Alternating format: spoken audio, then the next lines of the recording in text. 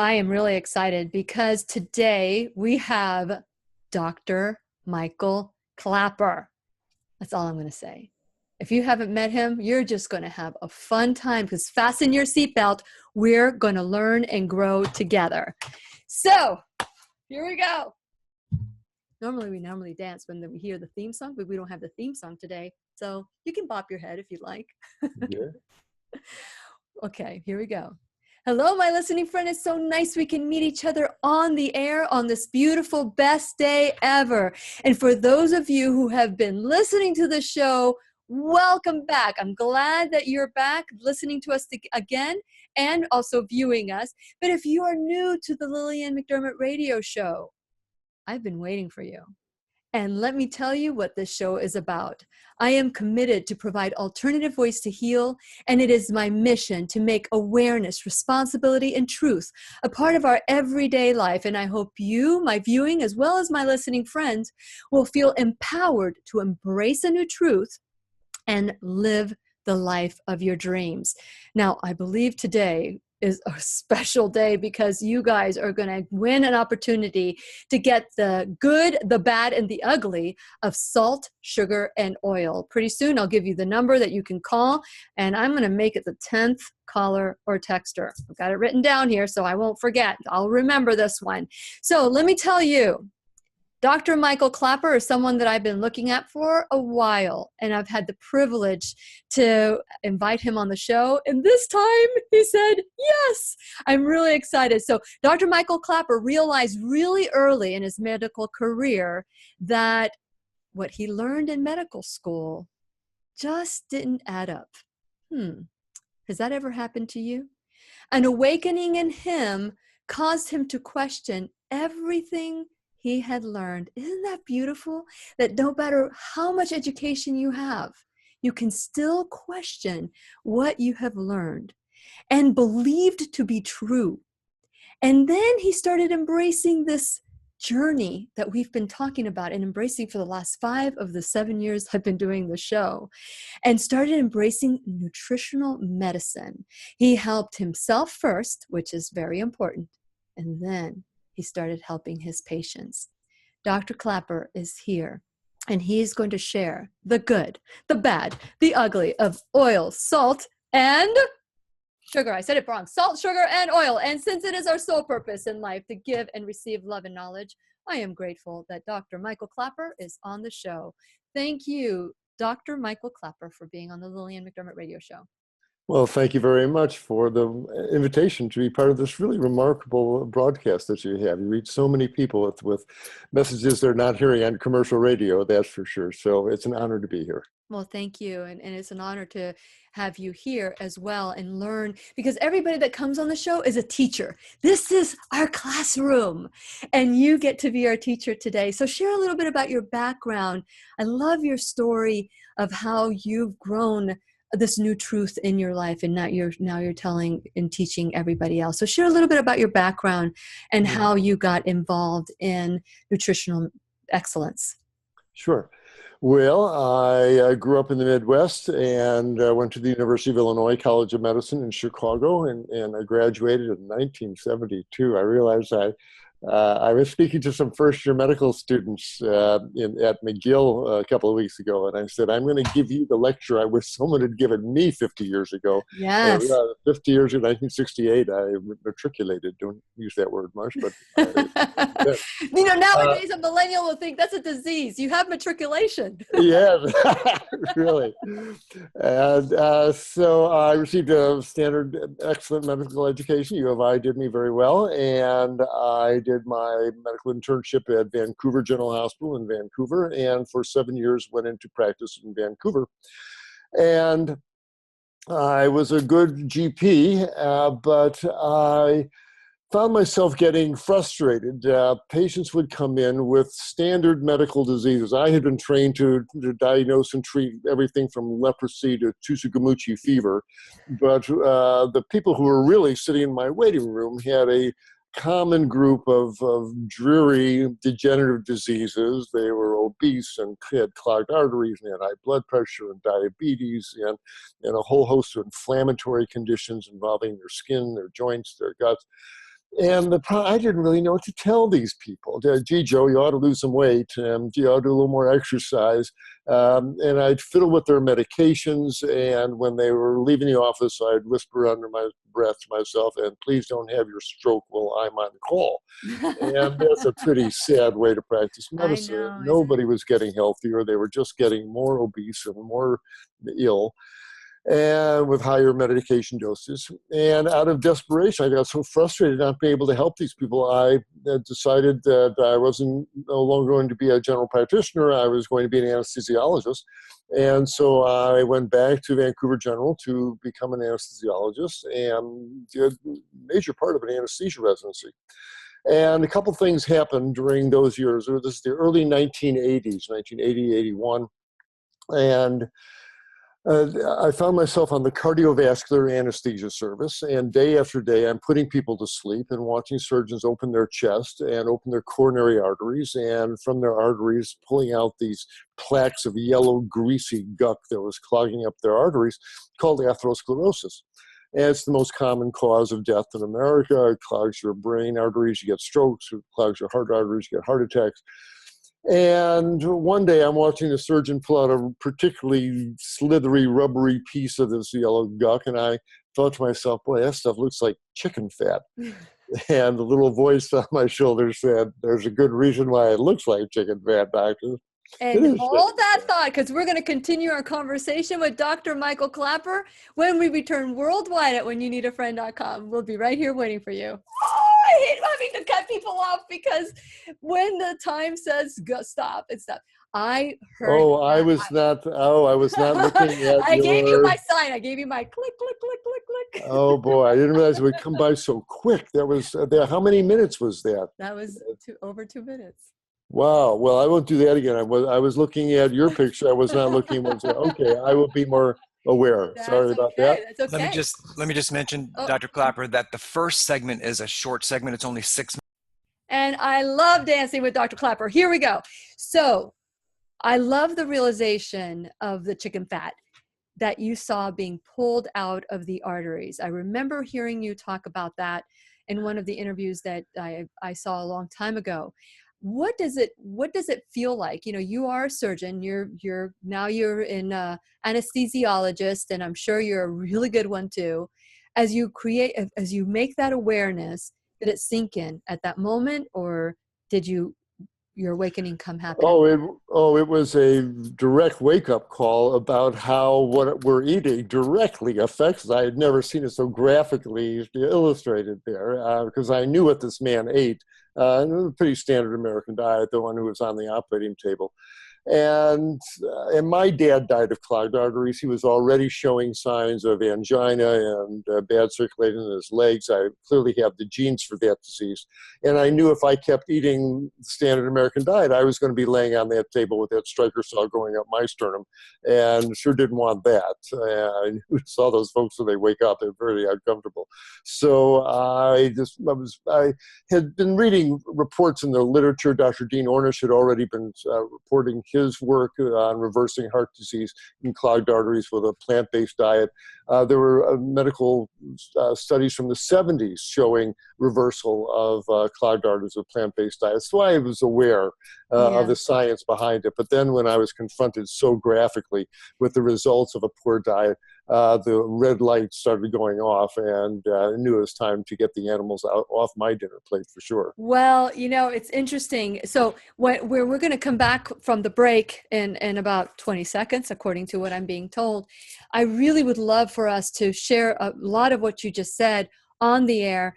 Normally we don't talk that much off the air about what we're going to talk on the air, but this is so crucial. People need to get that we are what we eat in a way, and that's what goes into our system. And I see that we're ready to go. Okay. Welcome back to the Lillian McDermott Radio Show, where we always learn and grow together. And today's teacher is Dr. Michael Klaper. Now, I teased you guys at the beginning of the show, and I said that you guys are going to get a recording, a DVD.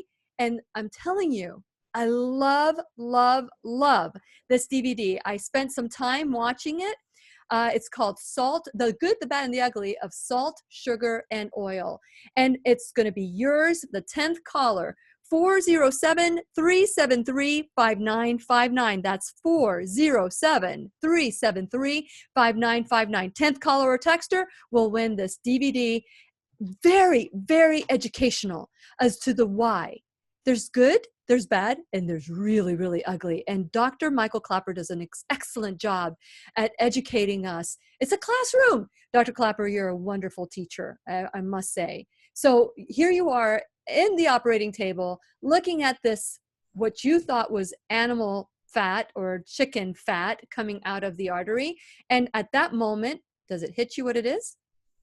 Oh, it certainly did. It was just unmistakable. The appearance of it was so evident. And I studied pathology. I was aware of the cholesterol content of the stuff, but the cause of it had never been so evident as when I looked at this.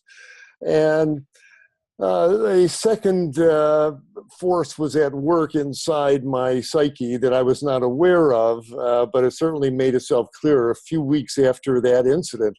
I had done my medical training in Chicago at Cook County Hospital and spent my Saturday nights in the trauma unit and saw the worst of what human beings do to each other. And I knew I wanted to get the violence out of my own life. And I started reading the works of Gandhi and the Indian saints about living a nonviolent life, a life of ahimsa. And I thought I was getting pretty good at it. Till one night in Vancouver, I'm out for dinner with a friend, and I'm pontificating about getting the violence out of my life while I'm polishing off a porterhouse steak. And my friend says, that's all very nice, Michael, but if you want to get the violence out of your life, you might want to start with that piece of meat on your plate, because in satisfying your desire for the taste of the flesh in your mouth, you are paying for the death of the animal and for the next one in line at the slaughterhouse. And as soon as he said that, all the old rationalizations jumped into my head. Well, that's what they raised them for, and the animal's dead already. But before I could speak those words out of my lips, the little voice in my ear said, he's right. He's right. Yeah. And when I went up to pay for the meal, I felt complicit in a crime, because I had done a lot of my growing up on my uncle's dairy farm in Wisconsin, and I chopped the heads off chickens. I saw the old dairy cow shot in the head. I knew the violence that it was required to get any meat on the plate. And now I saw how clearly I was part of it. I was perpetuating that crime against these beautiful animals, which I loved on the farm. And well, between what I was seeing in the operating room and what I realized in the restaurant, the message was clear: stop eating animals here. So I did, and my body loved it. Within 6 weeks, a 20-pound spare tire of fat melted off my waist.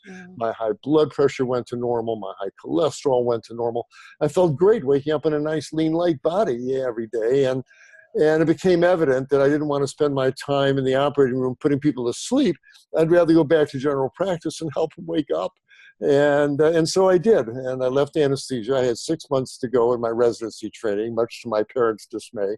But it just was no longer in truth to be doing that wonderful, it's blessed work, but there's other people to do that. I wanted to go back and educate my patients. And I went back to general practice, but this time I knew what to tell them. Yes. Stop running all that meat and dairy and oil and sugar and processed junk through your arteries. They walk every day, and the same wonderful things happen with them. The obesity melted away, and the arteries open up, and the high blood pressure comes down, and the joints stop hurting, and they turn back into normal people who don't need all these potent medications, and medicine became fun. And this is what I'm trying now, to go to around the medical schools of the country and talk to the young medical students and tell them, listen, these are not mysterious diseases. You're going to be told etiology unknown. We don't know what causes diabetes. We don't know what causes clogged arteries. I'm telling nonsense. It's the food these people are eating. And you get them on a whole food, plant-based diet, and most of these diseases go away within weeks. These are absolutely reversible diseases. And it's the best news in medicine, but it's a surprisingly hard sell in 2018. But we're working on it. It's going to get easier. Absolutely. So here you are, you were awakened. And that awakening, instead of putting people to sleep, you decided, I'm going to wake people up too. But there has to be something that you were getting ready, you were preparing your body for that new truth. And so you were open, where maybe in the past somebody would say, well, you shouldn't have had that piece of meat, and you could have said, well, you know what, and have all the excuses, which we do. But at that moment you were ready. How do you address this with your patients who are not ready? They're not ready. They want to.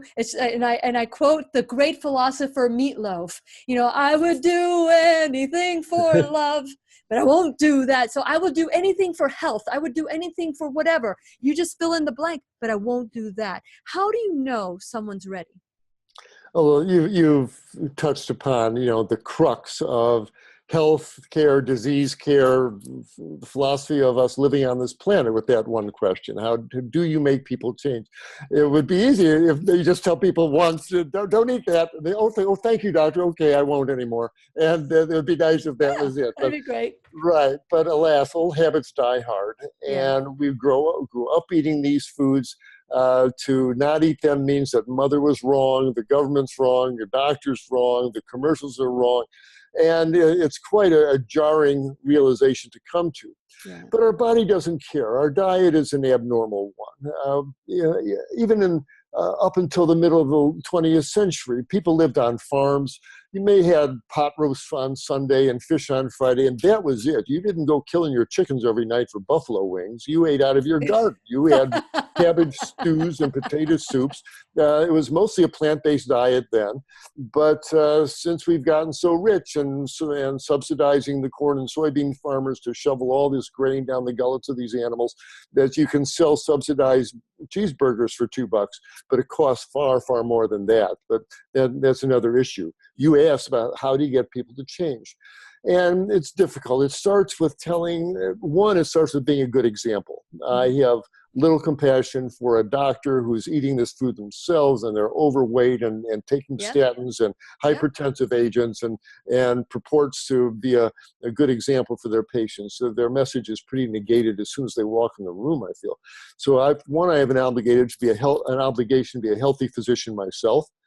And then I love this person sitting in front of me. They're my patient. They came to be under my care, and I communicate to them that I really want them to avoid the terrible fates that I see befalling these people. Mm-hmm. So I turn around my laptop on my desk and we go through a slideshow I have, and I show them what happens to their blood after they eat a cheeseburger. You can see the fat in the blood. You see how much more viscous the blood is getting. And I show them the major diseases that come from our current diet.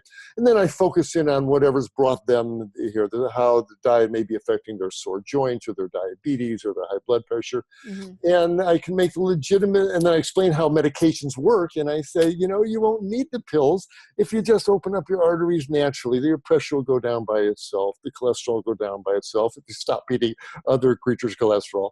And so Homo sapiens, a funny species, and we should do things that are only good for us.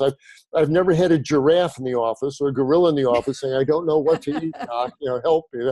The animals know, but we Homo sapiens, we love that fat and sugar and salt on our tongue, and we sell our health out for that taste sensation, and we kind of wrestling these old beliefs to the ground.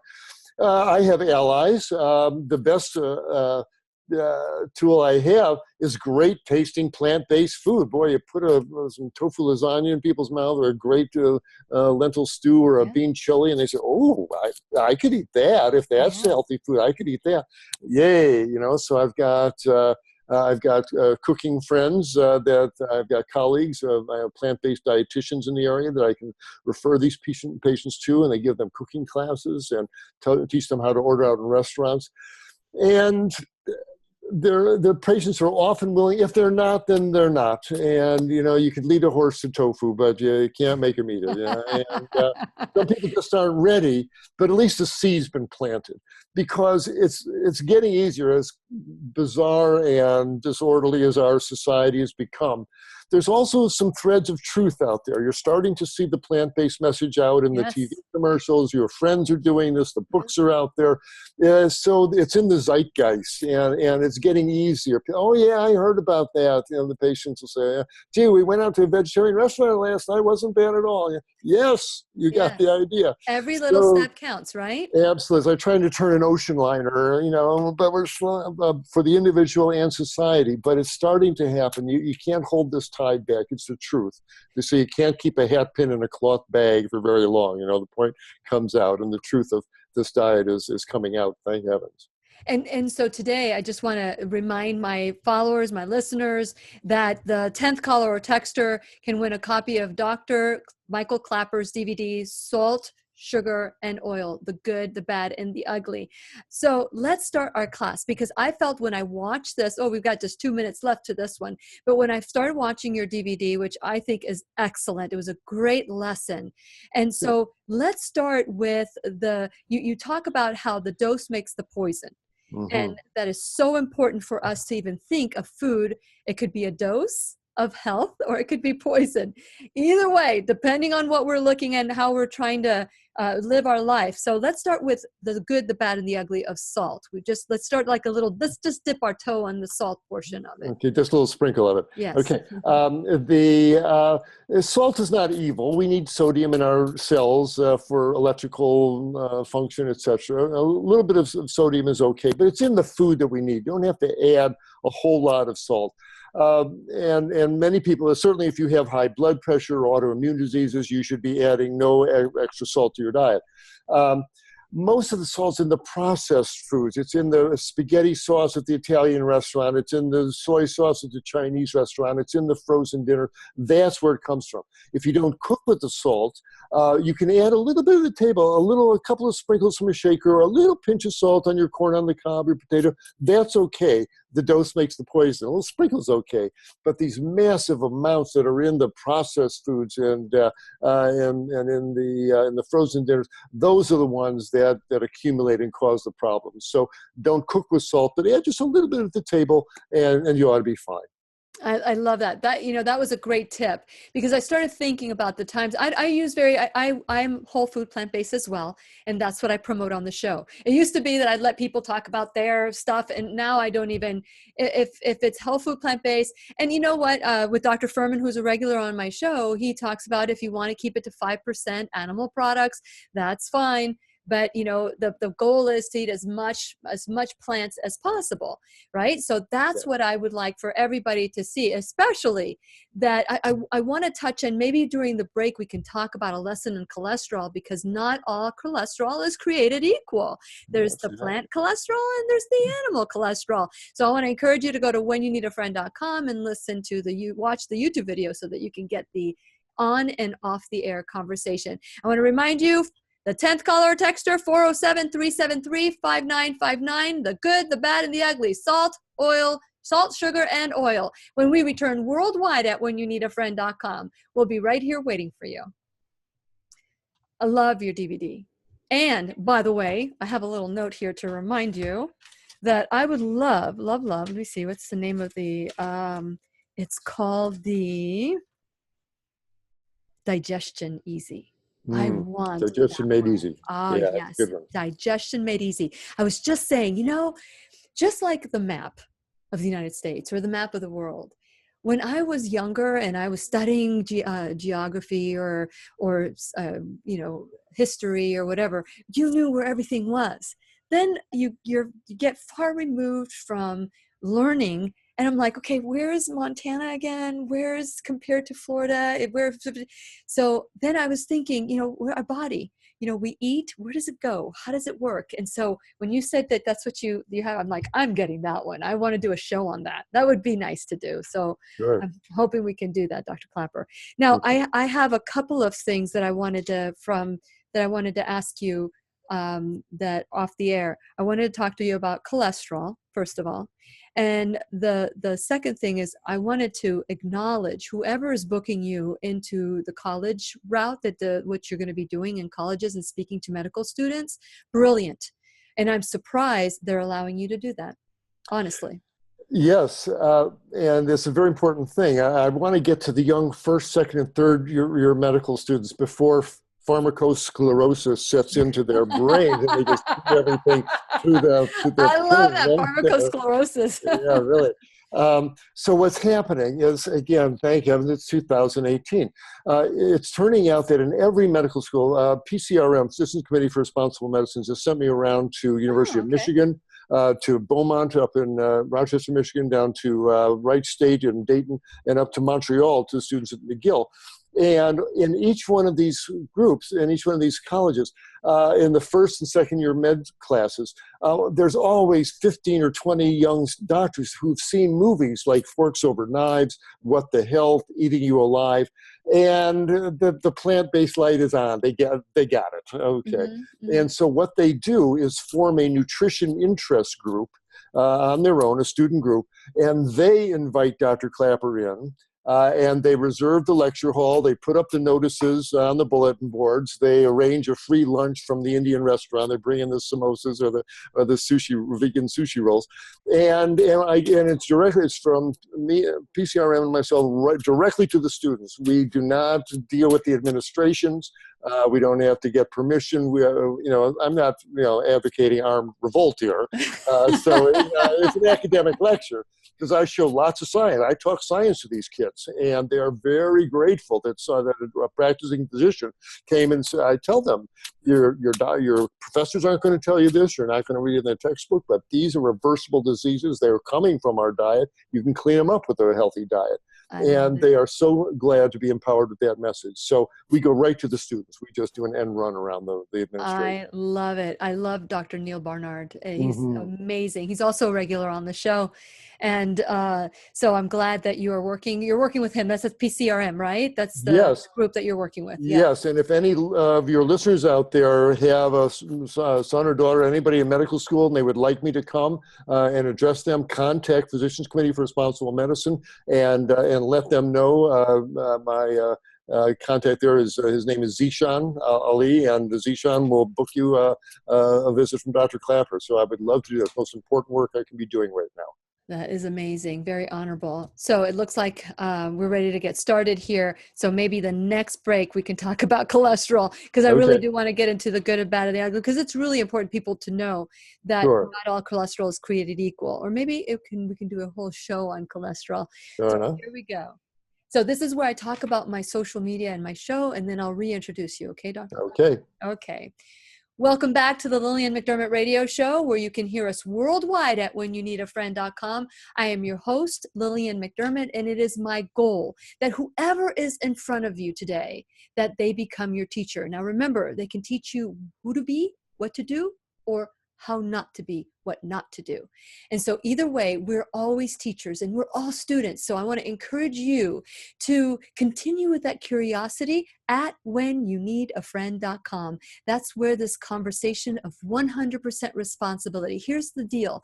If you created your health, you can uncreate it. That's the beauty. And that's the hope that hopefully you are gaining from listening to this classroom, this show.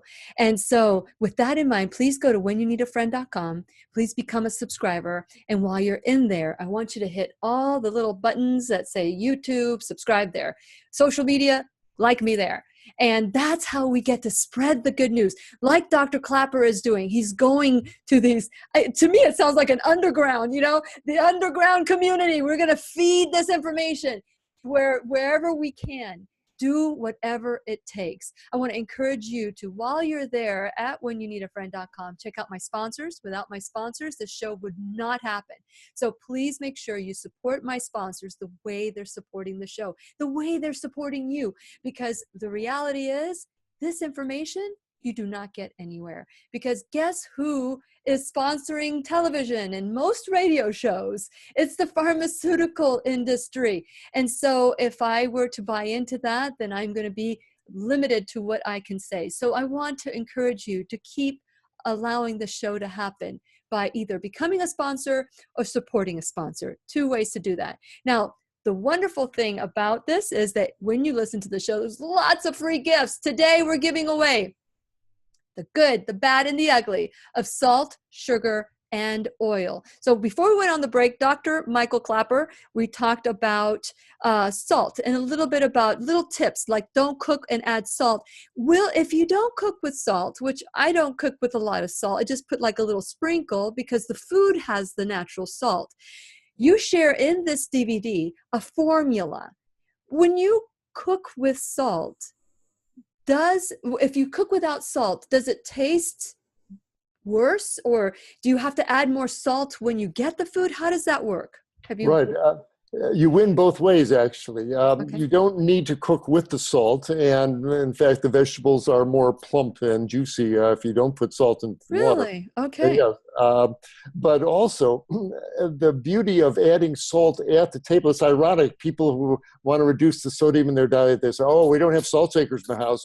Actually, that's the one place where you have control over adding sodium to your diet, because again, and when you open the frozen dinner, it's already in the food there. So the beauty about adding the food, again, we're talking about a little sprinkle, an eighth of a teaspoon or less with each meal. So that would be 3/8 of a teaspoon during the day for your total added salt intake. The beauty of it is because the salt crystals are going right on the surface of the vegetable, those salt crystals hit your tongue directly. And so when you eat it, you get this salty flavor hit, but for very little actual sodium. And so that's the benefit of adding the salt right at the table. You get a lot of salt enjoyment for very little actual salt. Yes. And you also give a tip in your DVD about using other things that will trick the body or the brain to think it is. Absolutely. The taste buds for salt are right next to the taste buds for sour. And so if you squeeze a little lemon juice on your vegetables or some of these lovely balsamic vinegars that are available now, you find they often satisfy a lot of that salty desire in your food. They bring out their own lovely panoply of flavors. I love what lemon juice does to greens. But yes, you can use the slightly sour, bitter flavors of citrus and vinegars to get a little bit of that salty action on your tongue.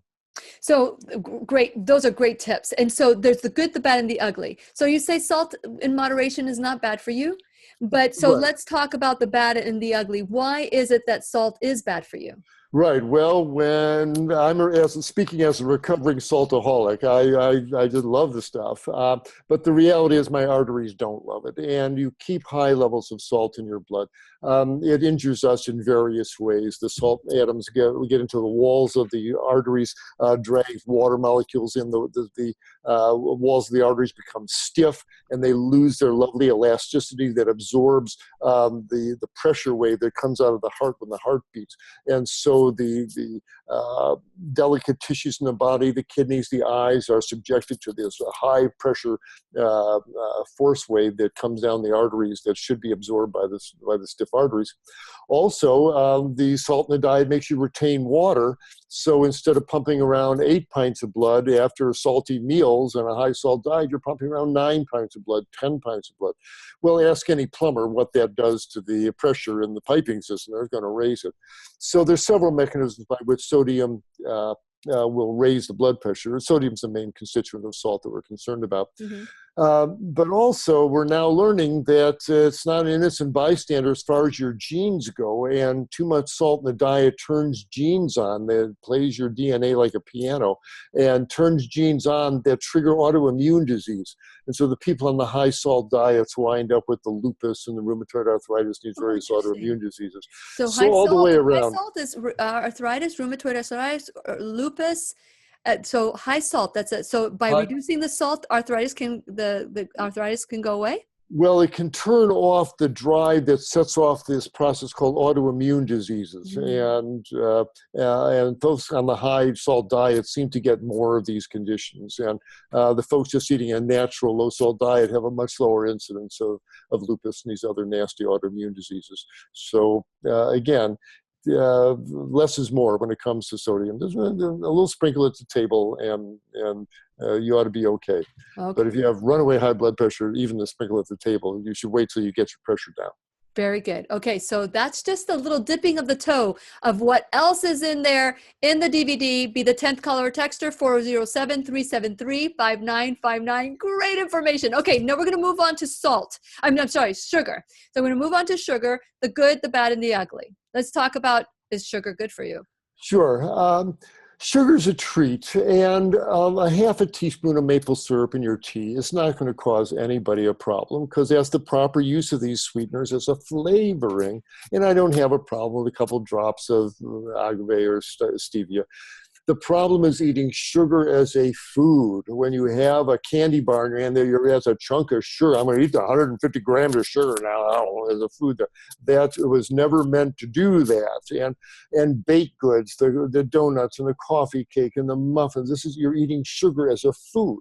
And it was never meant to be eaten in that amount. Because when you eat sugar in that amount, it floods through your tissues.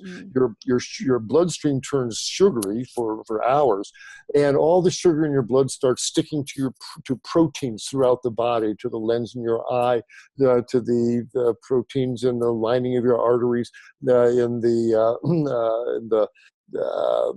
in your kidney filters, and as the sugar sticks these protein molecules, the heat of your body, 98.6 is a low-grade oven, and it creates the Maillard reaction. That's the reaction that turns bread brown in the oven. That's sugar plus protein and heat. Well, you flood your tissues with sugar, with these soft drinks and the candies, etc. You're running the Maillard reaction in your tissues, and these delicate proteins start turning into bread crust, so to speak, and you wind up injuring these very precious proteins, and it predisposes you to cataracts in your eyes and aging of your skin and damage to kidneys. We were never meant to eat sugar as a food. I've never had a gorilla with a Snickers bar habit, but I've had quite a few people with that. So again, it's a flavoring, not a food. And if you stay on the good side, you'll stay on the good side. It gets ugly when you start eating it as a food. You do give a lot of tips on this DVD. And one of the things that you talk about is how to make your own fizzy drinks for people that want to do. When you want to share a little bit about that? Absolutely. I used to drink Cokes and Pepsis. I was a ball player. After a hot game, I played a lot of soft drinks went down my throat. But also, so did a lot of sugar and caffeine and preservatives and all that stuff. Now, if I want a cold, sweet, fizzy drink, I get a nice tall glass. Put about 2 fingers worth of my favorite fruit juice, cranberry juice or grape juice, high quality juice, and then fill it up with cold sparkling water. And they throw in an ice cube, maybe a little lemon slice. Make your own soft drinks, and it tastes much better, much less guilt attached to it, and it's a whole lot cheaper. You get a lot of soft drinks out of that one bottle of juice. So absolutely, I would recommend doing that instead. Yeah, that sounds really good. And there's another tip that you give for salt, and I meant to talk about this on the air, not just off the air, but the reasonable formula for salt. I would like for you to share that. Right. When you're shopping in the market, if you look at the package, the number of calories should equal the number of milligrams of salt. If whatever serving has 100 calories, you should have no more than 100 milligrams of sodium in it.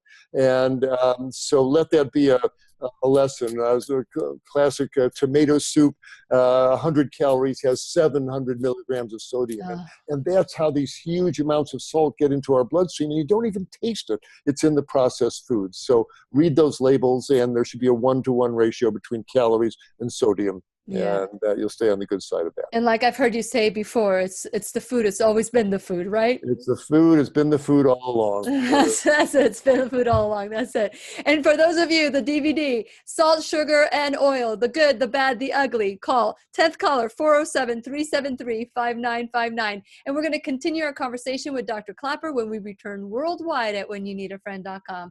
We'll be right here waiting for you. Great job. If I can learn to eat without oil, which was just like, oh my God, is this going to taste good? It's going to taste like, if I could learn to make wonderful meals without oil, I can learn to cook because I just put just a little bit because I'm thinking I'm supposed to put salt in there. I just haven't made that connection. Good for you. Good for you.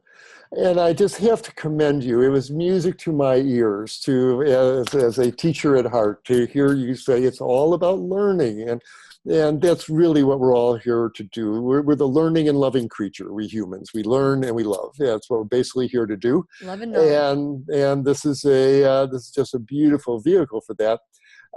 There's a saying that the man who is universally interesting is the man who's universally interested.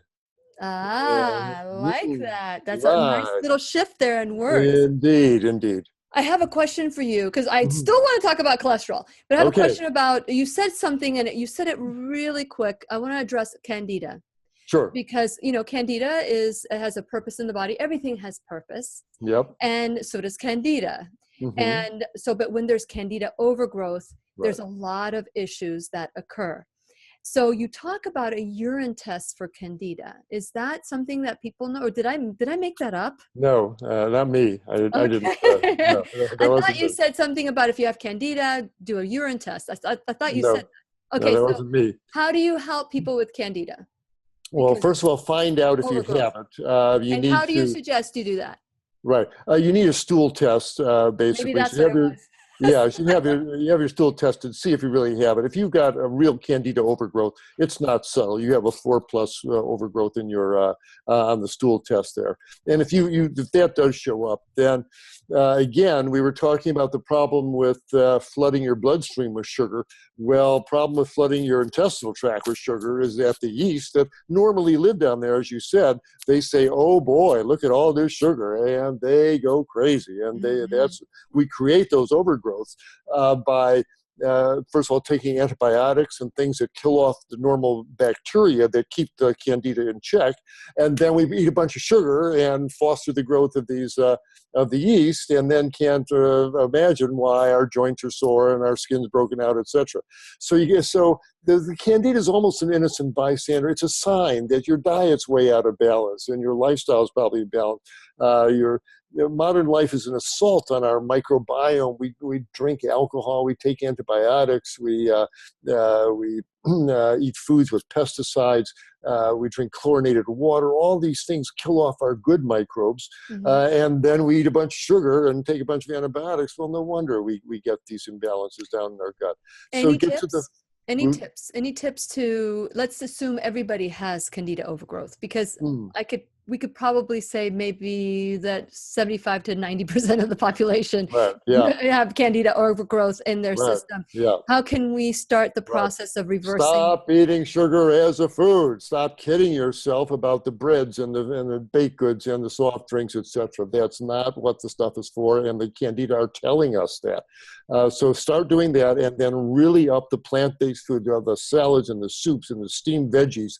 They act like an intestinal broom, and they flush a lot of these organisms out of there, and they're very low in sugar, so they don't feed the bad guys down there. So yank out the bad stuff, get the good stuff going, and your body usually corrects it by itself. If you're really symptomatic, your healthcare provider can provide a short course of nystatin or some low-grade antifungal, but it's usually not necessary. When you stop hitting yourself in the head with a hammer, the headaches go away, and if you stop eating a bunch of sugar, the Candida usually goes away as well. I remember listening to people back in the 90s. I've got the Candida diet. I have Candida, and I can't have any alcohol, and I can't have any sweets, and I can't have any this. But then you see them a year later, and they're having all the things that they weren't supposed to have. And I'm thinking, well, what is all this stuff? Because back then I didn't even think about, food as medicine like I do now. And by the way, I just want to share that my journey, just like you were staring at that piece of meat on your plate, my journey came from being on the show. Somebody had challenged me to go raw vegan for 1 month. And I said, bring it. And so I said, I could do it. I can do it. So I did raw vegan for 1 month. And about 3 or 4 days after I switched to raw vegan, I'm no longer raw vegan, but I eat primarily about 75% raw. But so after 3 or 4 days, I'm like, I didn't feel bad, but now I feel better. I didn't know there was better. It's profound, isn't it? It was better. Really, and the food has that much power. Healthy diet, we're supposed to feel better. We've been putting diesel fuel in a gasoline-burning engine with this meat and dairy-based diet. We have the same digestive system that our gorilla and bonobo cousins up in the trees eating leaves and fruits for millions of years do. Honor that. Eat a whole food, underlie whole food, not stuff out of packages and boxes, plant-based diet, and let the magic happen. And you start feeling better, which is our birthright. We're not here to suffer. We're here to feel good and do loving actions. Love it. And a plant-based diet will let us do that. Love it. I see that we're ready to get started. And here we go. This is our fourth segment, Dr. Klaper. Can you believe it? How time flies when you're having fun. It does. Right? Is this the fourth segment? I just want to make sure that I've got it right. I'm waiting to hear that. Yeah. Yes. Okay, here we go. Thank you. Okay, here we go. This is it. This is for the Olympics. And welcome back to the Lillian McDermott radio show, where we always learn and grow together. And today's teacher is Dr. Michael Klaper. This is such a treat. We are giving away the 10th caller or texter. Remember, I do not answer the phone during the show. I am busy. So this is my own personal cell phone number, 407-373-5959. Be the 10th caller or texter, 407-373-5959. The good, the bad, the ugly of salt, sugar, and oil. So here we go. So many people have an issue. We talked about the salt. We talked about the sugar. And this is something that I was challenged to do on the show, which is to start preparing my foods without oil. Oh my gosh, you would think that I did something wrong, but it tastes so good. And so let's talk about the good, the bad, and the ugly of oil, Dr. Sure. Well, first of all, this is not a problem with fat. We need fats. Yay, you need it for your skin oils, your hormones. This is not about avoiding fat. We need them, but you want to get your fats, these omega-3 fats for your brain and your immune system, out of whole foods. Why is that important? Because when you eat a walnut or you eat an avocado, the micro droplets of walnut oil or avocado oil are firmly attached to the fiber of the walnut and the avocado. And when you eat these foods, it takes hours for your digestive enzymes to work their way into that little fragment of walnut and start emulsifying the fats and getting them ready for absorption. And as a result, the amount of walnut oil in your bloodstream after a handful, which is all you should be eating in a day, the amount of fat goes up very slowly and gradually, and the liver clears it out of there very quickly, and it doesn't have much of a pharmaceutical effect. But you take those walnuts, that olives, those avocados, and you crush the fat out, coconuts, and you get liquid fat in a bottle, okay? And that's what these oils are. They are liquid fat in a bottle. And you pour this on your food. That fat leaps into your bloodstream. Nothing slows down the absorption. And suddenly you got 2 tablespoons of liquid fat floating around your bloodstream. Well, it starts exerting pharmaceutical effects. It coats the red blood cells. They become sticky. The blood cells start sticking together. Your blood gets more viscous. It gets thicker after eating oils. And so it flows more slowly. That slows down oxygen delivery. It takes a higher pressure to force thick blood through capillary beds, so blood pressures go up after eating these liquid fats.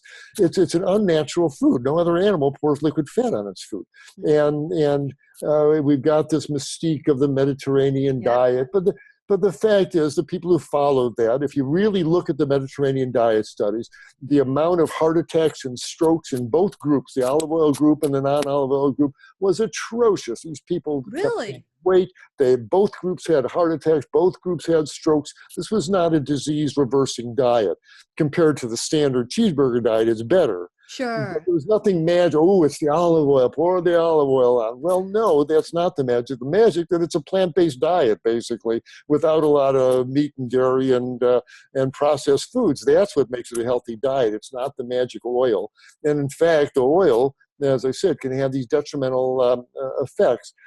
A couple of drops of sesame oil in a stir fry brings out a nice flavor. That I don't have a problem with. It's a flavoring similar to the sweeteners. But when the article announcing the Mediterranean diet study came out, the first line in the New York Times article: pour on the olive oil. No, don't pour on the olive oil or the coconut oil or any of these oils. You have a piece of coconut. and have a couple of walnuts and put some olives on your salad. Cool. That's the place to get your fat, is out of whole foods, not out of glass bottles, because they have effects that are not beneficial in the body. Very good. That is very well. Is there anything you want to add to that? Well, the flip side is how little you don't really need it. Why do you use oil? You stir fry your veggies and you make salad dressings with them. Well, you can stir fry your vegetables in anything that's wet, vegetable broths, or a couple of tablespoons of vegetable soup. Anything wet will work. I even use wine sometimes when I want to get that. Absolutely. Wine, beer will work. You can chop up an onion and it starts putting lots of liquid in the skillet. Yeah. So you don't need the oil there. And when you stop sauteing your vegetables in oil, they taste so much better. At the restaurant a couple of weeks ago, they brought us some sauteed veggies. They sauteed them in oil, couldn't eat them. They were just dripping with oil. And salad dressings you can make without oil. You take some vegetables from the salad, some carrots and celery and broccoli and onions, throw them in a blender with a cup of water, a couple of walnuts, a piece of an orange, hit the button, salad dressing, and pour it on your salad. You don't need oil. And if you just Google no oil vegan salad dressings, your screen will fill up with recipes you can make in 30 seconds in your blender. So free yourself from this idea that I got to saute my veggies in oil and I got to use it for salad dressing. No, you don't. And both you and your food will do better if without the oil. I hear you. Once you stop eating oil in your food or sauteing, because the first time I made my saute, I was concerned that my husband was, I made a stir fry a stir fry of Chinese food. And you put a lot of oil in Chinese food, right? Sure. And so this time I did it with water. And I steamed it, and I didn't say anything. And then when I was just looking at him to see, oh my God, please, I hope he likes it. I hope he likes, because we show how much we love people with our food, the way we prepare food, right? Absolutely. Food that kills them. So here we go. So he didn't even notice the difference. Absolutely. Notice the difference. It's the food. It's not the oil. It's the food. It's the veggies themselves. Absolutely. Good for you. How brave. Yeah. I've been the food all along. You're very brave and creative. Good for you. I'm brave. I was brave. But, and I was showing you off the air. And by the way, for those of you who never watch a YouTube video, this is a great one to watch because Dr. Klaper is giving us some great tips off the air as well. So go to whenyouneedafriend.com to watch that. By the way, my video that you're giving away, people can view this on my website. Go to drklaper.com, small fee for it, just to keep the website going. But you can, if you go to drklaper.com, all spelled out, DOCTORKLAPER.com, you can watch salt, sugar, and oil under the video section. Absolutely. So that is DORTORKL. D-O-C. Did I spell doctor wrong? Okay. DOCTORKLAPER. That's drklaper.com. So it's good to know that you can get it on your website as well. But you be the 10th caller or texter, 407-373-5959. You get your copy for free. All right. One of the tips that you shared in the DVD is you talk about partially hydrogenated oil. What do you see those two words on the label, don't even think about putting it in your shopping cart. When they bubble hydrogen gas through liquid oils to thicken it, that's how you make shortening. It creates trans fats and free radicals. It's just an evil thing to do to these delicate molecules. These liquid oils are pretty fragile molecules, and you hydrogenate them. You create Franken molecules, Franken oils, Franken fats, I guess, that you don't want to be eating. So if you see the word, and like my friend dietitian Jeff Novick says, never believe anything on the front of a package. Always turn around, look at the nutritional table there, and if you see the word in the ingredient list, partially hydrogenated, that's as far as you need to read. Put it back on the shelf. Don't put it in your cart. Great tip. I'm going to look at everything in my pantry that may have that word, and you've got my commitment that's going away, or it's not going to be purchased again. Good. So that's so important for us to make that commitment. People that think that, they're giving up taste by eating food and it's as close to natural as possible. We can still add the seasoning. We can still, work around the food, and it's still so delicious to live for. Food to live for. How about that? Hey, love it. Love it. Okay. So we only have a minute left on the show, and we're going to continue a little bit longer off the air, but is there anything that you'd like to share with us to wake us up, that awakening that you had, the awakening that I had, anything that you can say to someone to start their awakening process? Yes, there's no reason in this day and age to be a victim of diseases or a pawn in the medical pageant here. Take your health into your own hands. It starts with the food you put in your mouth. You eat a whole food, plant-based diet, fruit and oatmeal for breakfast, lunches and dinners, a big colorful salads, hearty vegetable soup, big plates of steamed greens, colorful fruits for dessert. You turn into a lean, healthy person who doesn't need the services of people like me. And that's just fine. I tell my patients I want to see you in two places, at the natural food store and the bike path. That's the only place I want to see you. And if you eating this kind of diet will let you do that. So wonderful. Yeah, Thank you so much, Dr. Klaper. And I look forward to you coming over here again to share all this wonderful information. So thank you. Like Dr. Klaper said, it's the food. It's been the food all along, right, Dr. Klaper? Yeah, absolutely. Please remember, I'll be right here waiting for you worldwide at whenyounneedafriend.com. This is Lillian McDermott wishing you love, peace, joy, and unexpected abundance. Make it the best day ever. Good job. That was the best ever, Dr. Klaper. This is Great. good. Okay, real quick, I don't know what your schedule is, and I have a meeting that I need to attend, but share a lesson on cholesterol. Why cholesterol is not all cholesterols are created equal. Cholesterol is not an evil molecule. That's why our liver makes it. It's the rootstock molecule from which your adrenal glands make cortisol, your ovaries make estrogens, your testicles, if you have them, make testosterone. We need cholesterol, and it's not evil stuff. The problem is eating somebody else's cholesterol. If you flood your body with cow cholesterol, chicken cholesterol, pig cholesterol, then especially then nobody eats meat alone. You're always drinking it with a Coke, you're eating with a Coke and fries, and these are oxidizing agents. And so you wind up with oxidized cholesterol, and that's the evil stuff. That works its way into the walls of the arteries, sets off this inflammatory process that makes these atherosclerotic plaques appear. These atherosclerotic plaques don't appear on your artery walls because your LDL cholesterol is too high. These are inflammatory lesions. Those arteries are being injured with meal after meal of fried meats and cigarette smoke and cola drinks and sugary drinks. And it's our diet that's injuring the walls of the arteries, and that creates the plaques. So it's way beyond just cholesterol. The issue is don't eat anybody else's cholesterol. Eat a plant-based diet, and your body will make just enough cholesterol to meet your needs. But very importantly, that cholesterol won't wind up sticking to your artery walls. Your body will relieve that inflammatory state that makes the cholesterol stick there. So only animals make cholesterol. Plants don't make it. But the point is just trust your liver. It knows how much cholesterol to make. Don't eat anybody else's.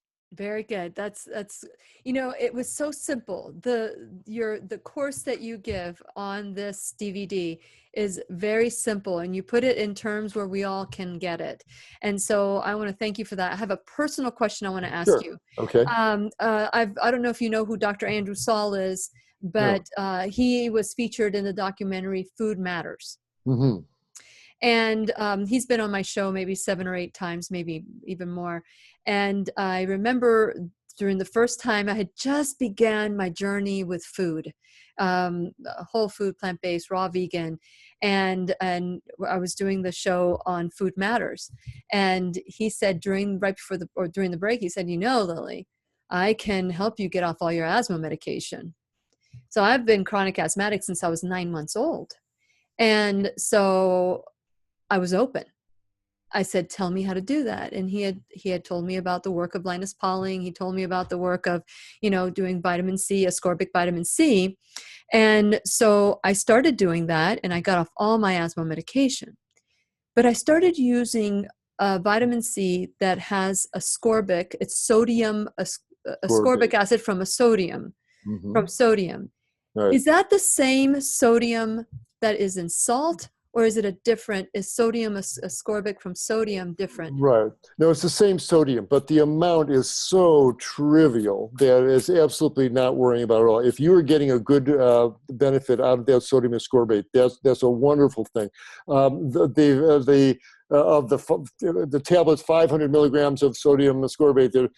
490 are the ascorbate. Only less than 10 is the sodium. It's a trivial amount, and I'm so happy for you that you've been able to get past that dreadful condition. And if the ascorbate helps you, worry not at all about the sodium. Your diet is so healthy. Otherwise, your kidneys get rid of that sodium immediately. So not to It worry. does? Okay, because I saw when you were talking about the example of high blood pressure that you have on the DVD is excellent. And so I was able to understand why the blood pressure comes up, because you're pumping all this extra blood because you drink the water, and such a great lesson to learn. So with the vitamin C, I take massive amounts of vitamin C. Yeah. So is that still Still, good? the amount of sodium is going to be tiny, and you're a healthy woman with normal blood pressure, healthy kidneys. That's your kidneys will deal with that sodium. The benefit you're getting out of the ascorbate so outweighs that little pinch of salt. Don't worry about it at all. Okay, because I had my hair analyzed, and someone said your sodium is off the chain. Mm-hmm. And I said, well, what could that be? And all of a sudden it hit me that I do the sodium ascorbic, and they said, oh, you need to get off of it. No, definitely get off not. of it, and I think that works for me better than the other stuff that I've been using now, and I'm beginning to feel like, okay, so good. Right. So Yeah, good. I will go back to it. And that's one reason I'm not a big fan of hair analysis, because you don't know why those hair follicle cells deposited extra sodium in your hair shaft. It may have nothing to do with the amount of salt in your diet. There may have been something else in your body going on that just made your hair follicles put some sodium into the hair shaft, but it doesn't mean that there was too much sodium in the blood. That's a very simplistic way to read that test, and I don't think it works like that. Okay. If the only use I have for those hair analysis is for heavy metals. If you've got arsenic or lead in your hair, that's serious. But other than that, I don't know what to do with a high hair calcium or a high hair potassium. The body has its own wisdom. I wouldn't read too much into that. Okay. Well, that's really good to know. Well, with that in mind, what is the best way to truly test your sodium and truly test to see what's happening in your body, so that it would be an awakening before you drop dead of a heart attack? Yeah.